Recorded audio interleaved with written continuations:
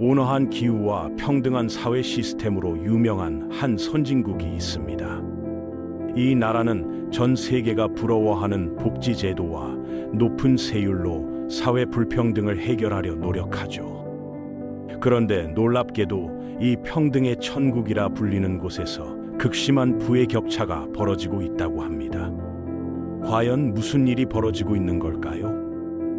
오늘은 이 흥미로운 경제 현상의 진실을 파헤쳐 보겠습니다. 튤립과 운하로 유명한 네덜란드는 세계에서 가장 진보적인 국가 중 하나로 여겨집니다. 이 나라의 의료 보장 시스템은 거의 모든 국민을 포함하며 연금 제도는 노후 걱정을 덜어주죠. 출산 및 육아 지원책도 상당히 관대합니다. 직장에서의 근로자 보호는 너무 강해서 네덜란드에서는 해고가 거의 불가능하다는 농담이 있을 정도입니다. 이런 정책들을 뒷받침하는 것은 상당히 높은 세율입니다. 고소득자들은 소득의 상당 부분을 세금으로 내야 하죠. 이론적으로 보면 이런 시스템은 소득 격차를 줄이고 결국 부의 불평등도 완화시켜야 합니다. 그런데 현실은 어떨까요? 세계은행 자료에 따르면 네덜란드는 지구상에서 부의 불평등이 가장 심한 나라 중 하나입니다. 이 수치가 얼마나 충격적인지 알아보기 위해 다른 나라와 비교해 보겠습니다. 일반적으로 부의 불평등이 심하다고 여겨지는 남아프리카보다도 네덜란드의 상황이 더 심각하다는 연구 결과가 있습니다. 더 놀라운 사실은 네덜란드가 전 세계 평균보다도 부의 불평등이 심하다는 점입니다. 어떻게 이런 일이 가능한 걸까요? 높은 세금과 강력한 복지 시스템을 가진 나라가 어떻게 이런 결과를 만들어낼 수 있을까요? 이 문제를 이해하려면 먼저 불평등을 측정하는 방법부터 알아야 합니다. 경제학자들은 지니 계수라는 지표를 사용합니다. 간단한 예를 들어보겠습니다. 3명이 있고 총 300만 원의 소득이 있다고 가정해보죠. 만약 각자 100만 원씩 똑같이 나눠 가진다면 지니 계수는 0입니다. 반대로 한 사람이 300만 원을 모두 가져간다면 지니 계수는 1이 되죠. 실제 경제에서는 이 수치가 0과 1 사이의 소수점으로 표현됩니다. 그런데 여기서 중요한 점은 지니 계수가 두 가지를 모두 측정할 수 있다는 것입니다. 소득 불평등과 부의 불평등 말이죠. 소득은 매년 벌어들이는 돈이고 부는 축적된 자산을 의미합니다. 일반적으로 사람들은 소득 불평등에 더 관심을 가집니다. CEO가 일반 직장인보다 수백 배 더 많이 번다는 뉴스에 분노하기도 하죠. 하지만 정작 중요한 건 부의 불평등일 수 있습니다. 높은 소득을 가진 사람들은 더 많이 저축할 수 있고 이 저축은 시간이 지나면서 복리 효과로 기하급수적으로 늘어나니까요. 네덜란드는 북유럽 국가들과 매우 비슷한 정책을 펼칩니다. 스웨덴, 덴마크, 핀란드, 노르웨이 같은 나라들 말이죠. 이들 나라는 모두 강력한 사회보장 제도와 높은 세율로 유명합니다. 실제로 소득 불평등 순위를 보면 이 나라들이 모두 상위권에 자리 잡고 있어요. 그런데 부의 불평등을 보면 이야기가 완전히 달라집니다. 민주사회주의의 대표격인 스웨덴조차 미국, 브라질, 인도보다 부의 불평등이 더 심각합니다. 어떻게 이런 역설적인 상황이 벌어질 수 있을까요?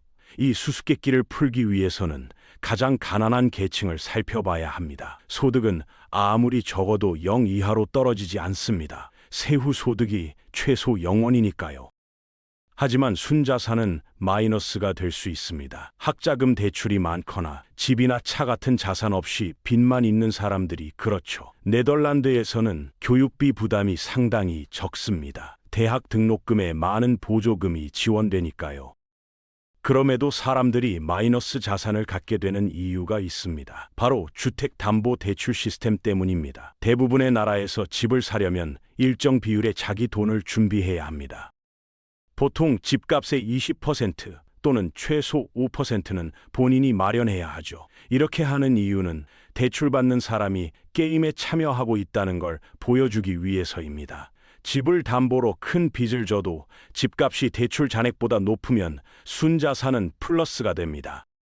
하지만 네덜란드는 다릅니다. 여기서는 집값의 100%를 넘어서까지 대출을 받을 수 있고 심지어 그렇게 하도록 권장됩니다. 국가 모기지 보증이라는 정부 프로그램이 이런 대출을 뒷받침하죠. 만약 대출받은 사람이 돈을 못 갚고 은행이 집을 경매로 넘겨도 모든 돈을 회수하지 못하면 정부가 그 차액을 메워줍니다. 이런 시스템은 은행 입장에서 주택 대출을 거의 위험 없는 사업으로 만들어줍니다. 여기에 더해 네덜란드에서는 모기지 이자가 세금 공제 대상입니다. 연간 10만 유로를 버는 사람이 모기지 이자로 4만 유로를 낸다면 실제로는 6만 유로 소득에 대해서만 세금을 내면 되는 거죠.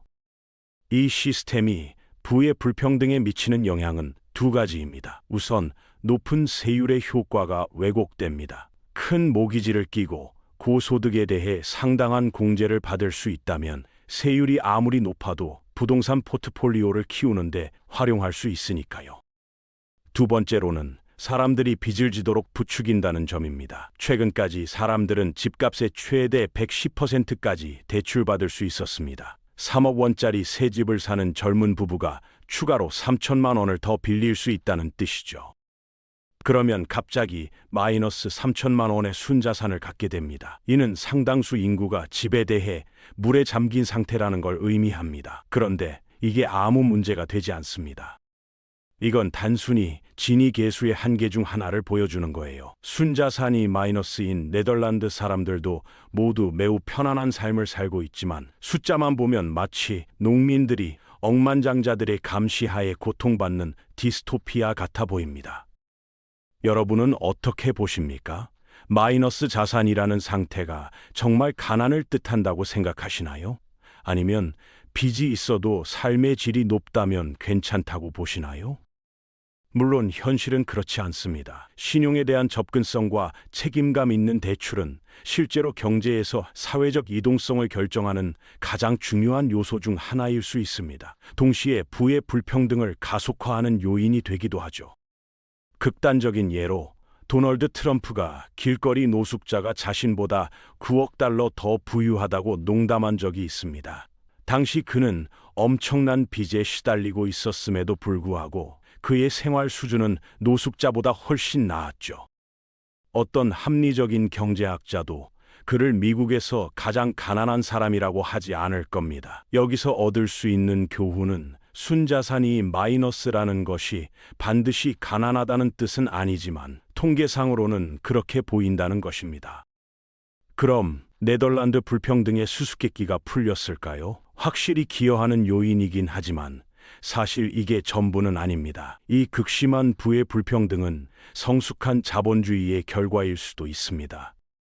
네덜란드는 역사상 경제학자들이 현대 자본주의라고 부를 수 있는 시스템을 최초로 도입한 나라였습니다. 인류 역사를 통틀어 수천 년간 무역 시스템이 존재했지만 대부분의 사회는 여전히 통치자가 결정하는 생산 체계였죠.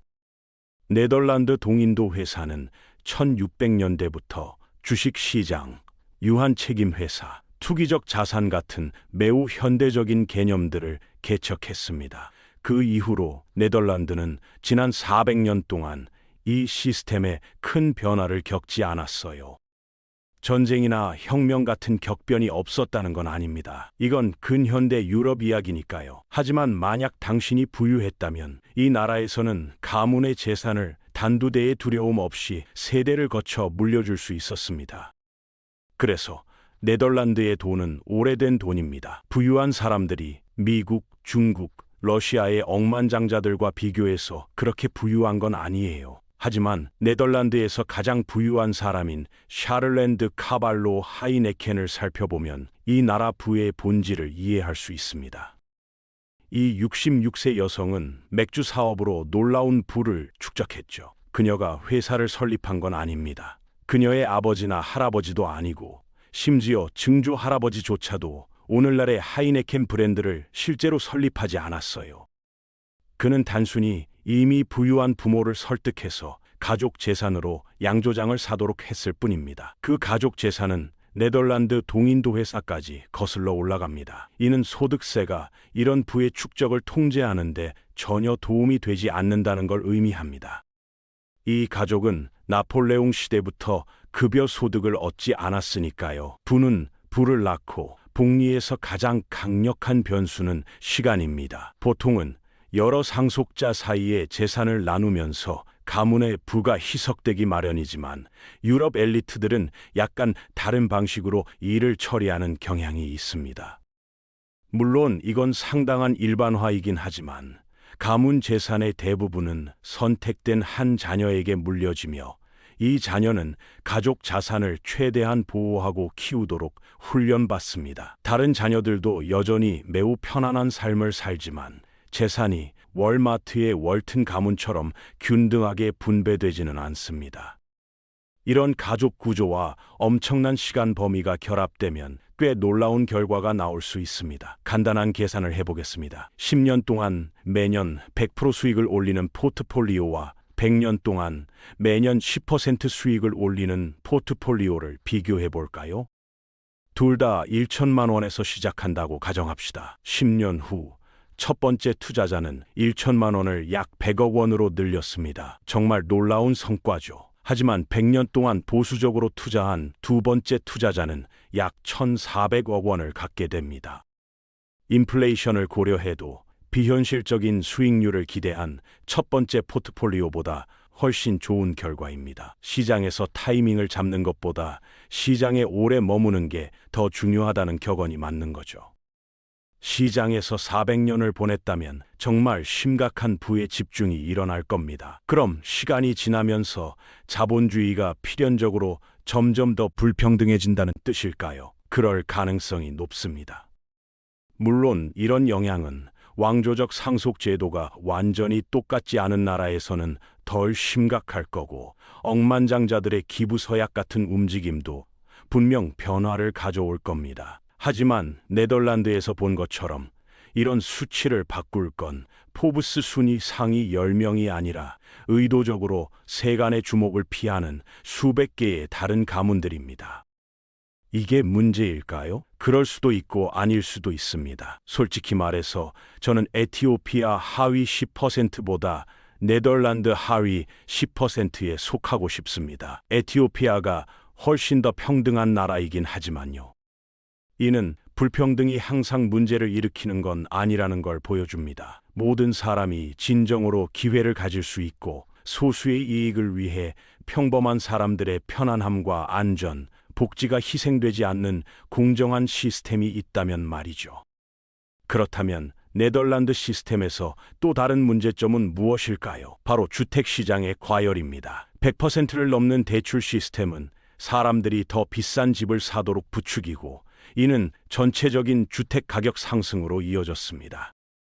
젊은 세대들은 이전 세대보다 훨씬 더 많은 빚을 져야 같은 수준의 주택을 구매할 수 있게 되었죠. 아이러니하게도 이를 돕기 위해 만들어진 정부 정책이 실제로는 문제를 더욱 악화시킨 셈입니다. 또한 이런 시스템은 경제 위기 때 더 큰 리스크를 만들어냅니다. 2008년 금융위기 당시 네덜란드 주택 가격이 급락했을 때 많은 가정이 실제로 집값보다 더 많은 대출금을 지고 있는 상황에 처했습니다. 정부 보증이 있다고 해서 개인의 재정적 고통이 사라지는 건 아니니까요. 이는 겉보기에 진보적인 정책이 실제로는 예상치 못한 부작용을 낳을 수 있다는 중요한 교훈을 제공합니다. 네덜란드의 또 다른 특징은 상속세 시스템입니다. 많은 사람들이 생각하는 것과 달리 네덜란드의 상속세는 그렇게 높지 않습니다. 특히 부동산과 관련해서는 여러 가지 공제 항목이 있어서 실제 세율은 명목상의 세율보다 훨씬 낮죠. 이는 부유한 가문들이 재산을 다음 세대에 전수하는 데 큰 어려움이 없다는 것을 의미합니다. 게다가 세금 계획을 위한 전문적인 조언을 받을 수 있는 자원을 가진 부유층은 합법적인 방법으로 세금 부담을 더욱 줄일 수 있습니다. 반면에 중산층은 이런 복잡한 세금 계획을 세울 여유가 없어서 상대적으로 더 높은 실효세율을 부담하게 됩니다. 이런 구조적 차이가 시간이 지나면서 부의 격차를 더욱 벌어지게 만드는 요인 중 하나입니다. 그런데 이런 현상이 네덜란드만의 문제일까요? 사실은 그렇지 않습니다. 비슷한 사회민주주의 정책을 펼치는 많은 유럽 국가들에서 유사한 패턴을 발견할 수 있습니다. 덴마크, 스웨덴, 노르웨이 모두 소득 불평등은 낮지만 부의 불평등은 상당히 높은 편이죠.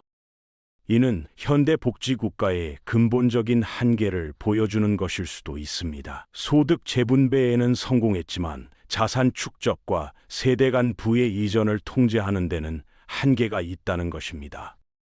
그렇다면 이 문제에 대한 해결책은 무엇일까요? 일부 경제학자들은 부의 세금, 즉 자산세를 제안합니다. 소득에 대한 세금이 아니라 보유하고 있는 전체 자산에 대해 매년 일정 비율의 세금을 부과하는 것이죠. 하지만 이런 정책도 실행하기가 쉽지 않습니다. 자산의 가치를 정확히 평가하는 것부터 시작해서 부유층의 자산 이전이나 해외 도피 같은 문제들을 해결해야 하니까요. 프랑스가 부유세를 도입했다가 많은 부유층이 다른 나라로 이주하면서 폐지한 사례가 대표적입니다. 또 다른 접근법은 상속세를 대폭 강화하는 것입니다. 하지만 이것도 정치적으로 매우 어려운 일이죠. 대부분의 사람들이 자신의 재산을 자녀에게 물려주고 싶어 하는 것은 자연스러운 감정이니까요. 결국 네덜란드의 사례가 우리에게 보여주는 것은 경제정책의 복잡성입니다. 좋은 의도로 만들어진 정책들이 항상 예상한 결과를 가져오는 것은 아니며 때로는 정반대의 효과를 낳기도 합니다. 그리고 단순한 지표나 통계만으로는 한 나라의 경제 상황을 완전히 이해할 수 없다는 점도 중요합니다. 네덜란드의 높은 부의 불평등 지수가 반드시 그 나라 사람들이 불행하다는 것을 의미하지는 않으니까요. 마지막으로 이런 분석을 통해 우리가 얻을 수 있는 교훈은 경제 정책을 평가할 때 다각도의 관점이 필요하다는 것입니다. 소득 분배만 보는 것이 아니라 자산 분배, 사회적 이동성, 실제 생활 수준 등을 종합적으로 고려해야 진정한 평등과 복지를 달성할 수 있을 것입니다. 네덜란드의 부의 역설은 현대 자본주의 사회가 직면한 근본적인 딜레마를 잘 보여주는 사례라고 할 수 있겠습니다. 그럼 이제 질문은 우리에게 돌아옵니다. 한국도 비슷한 길을 걷고 있을까요? 부동산 레버리지와 세대 자산 격차가 커지는 지금 네덜란드의 오늘이 한국의 미래가 될 가능성은 없을까요?